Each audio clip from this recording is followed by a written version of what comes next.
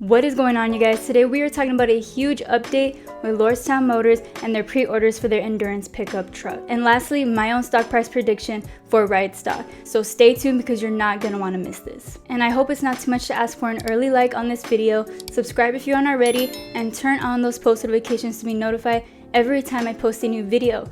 I would appreciate it so much. And remember, I'm not a financial advisor. I'm not telling you how or where to invest your money. I'm only here to post my own thoughts and opinions with any stocks I may do a coverage of. With that being said, let's get right into the video. Okay, you guys, here we are. Lordstown Motors gains 2% after updating on endurance reservations. This article was from yesterday on December 21st. Lordstown Motors announces that it has received 80K non-binding reservations for the endurance model so far. The company also says it remains on track to begin production of the endurance in September 2021. Now, if you see my other past two videos on Lordstown Motors recently, I was talking about how these non-binding reservations that they received prior to this recent news, that it shows strong potential. Yes, it does not mean that they will be delivered. However, this recent news does show even much more potential, and it does really seem that Lordstown is right on perfect track. Now, Lordstown did open at a price of $19.75 a share today, December 22nd, and it did rally to almost 7%. And as of right now, it is trading for $20.10 a share, up almost 4%.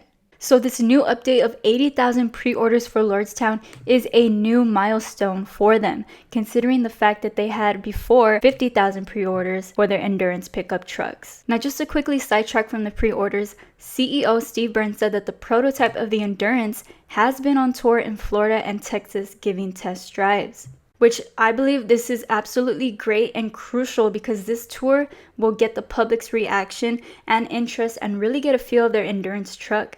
And in my opinion, could possibly grasp more commercial businesses' attention who may attend these tours and possibly put in more pre-orders. So really good for Lordstown to be doing this tour, as it is really beneficial for them. And this also really does put them on the right track. Now, back on here on Seeking Alpha, this article on Lordstown was posted literally just a few minutes ago. Lordstown Motors writes bullish call from RF Lafferty higher. They did cover it with a buy rating.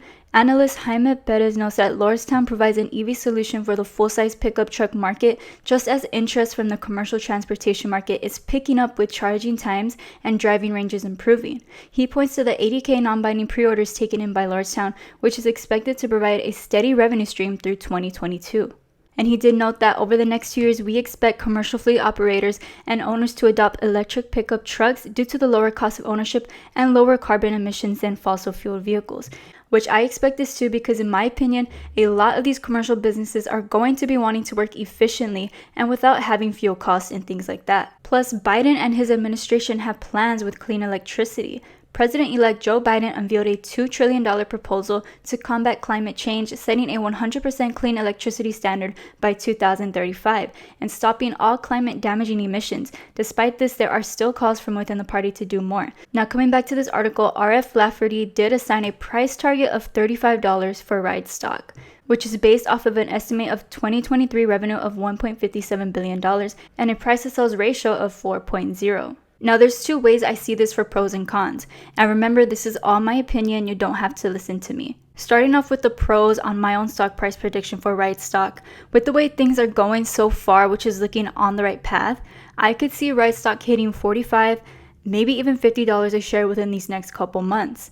With this tour going on, they could see an uptick of even more pre-orders, like I mentioned, as commercial businesses will start to see the benefits and how well the endurance truck could be a right fit for their businesses. It looks very promising, and while it does look promising with all these pre-orders, I also hope to see Lordstown deliver these results. And this leads us to the cons, and this deals with the USPS and their fleet. So looking at this article here, it says, when the Postal Service contract got delayed, shares naturally felt the hammer.